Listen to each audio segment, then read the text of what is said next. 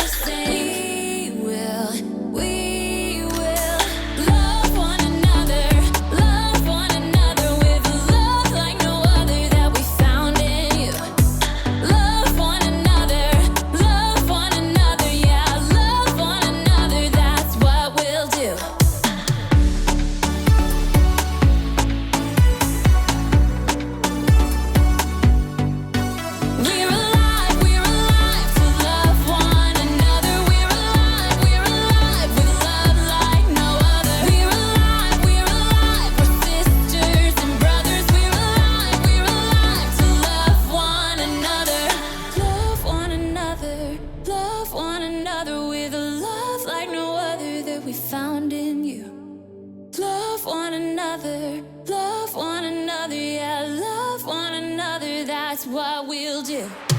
Love one another, love one another with a love like no other that we found in you. Love one another, yeah, love one another, that's what we'll do. We're alive to love one another. We're alive with love like no other. We're alive, we're sisters and brothers. We're alive to love one another. The Bible. It's 66 books of history, stories, letters, and poetry that fit together to form God's one big story.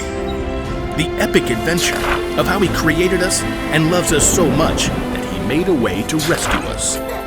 As we travel through the Bible, from Genesis to Revelation, we discover people who met God and found their lives changed forever.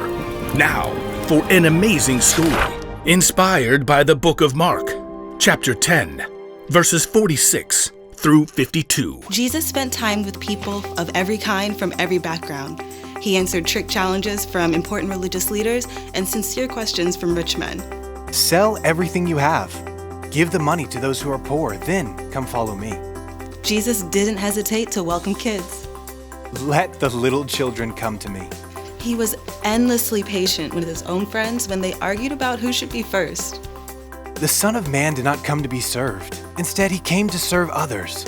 Even as Jesus made his last journey to Jerusalem, he didn't let what was ahead distract him from the people he met along the way.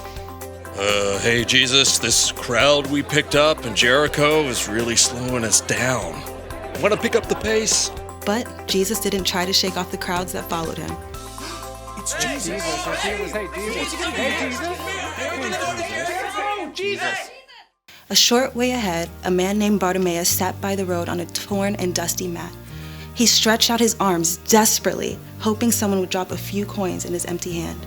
Please, help me. Bartimaeus was blind. There was no work he could do to earn money, so he depended on the kindness of strangers passing by. The crowd quickly surrounded him. He's right there! It's him. I see Jesus. I swear I see him over there. Jesus? Bartimaeus had heard of Jesus. He'd heard stories of sick people who'd been healed by Jesus, and in his heart, he believed they were true. Jesus! Bartimaeus knew he couldn't let this chance slip away. Jesus! Son of David! Have mercy on me! Shh! Be quiet! Jesus probably doesn't have any time for you. Son of David! Have mercy on me! Let it go! Jesus! Through all the noise and clamor, Jesus heard Bartimaeus' plea. It would have been easy to keep walking, to push on towards Jerusalem, but instead, Jesus stopped. Call for him. What's happening? Cheer up! On your feet! Bless your heart, Jesus is actually calling for you. Me? He heard me! Bartimaeus jumped up, tossing aside his dusty coat. He staggered towards the voice he'd heard. Hands in the crowd helped him to find his way. Jesus! What do you want me to do for you? Teacher! I want to be able to see. Jesus smiled as he looked directly into Bartimaeus' unseeing eyes. Go. Your faith has healed you. Bartimaeus blinked and blinked again. Bright colors and shapes flashed before his eyes, vivid and breathtaking. My eyes! I can see! As a brand new world came into focus, Bartimaeus fixed his gaze on the face before him, the deep eyes and kind smile of Jesus. Thank you, Jesus! Thank you! Jesus nodded, then turned again towards Jerusalem. As the crowd began to move, Bartimaeus joined in to follow the man who had stopped for a few minutes to change his life.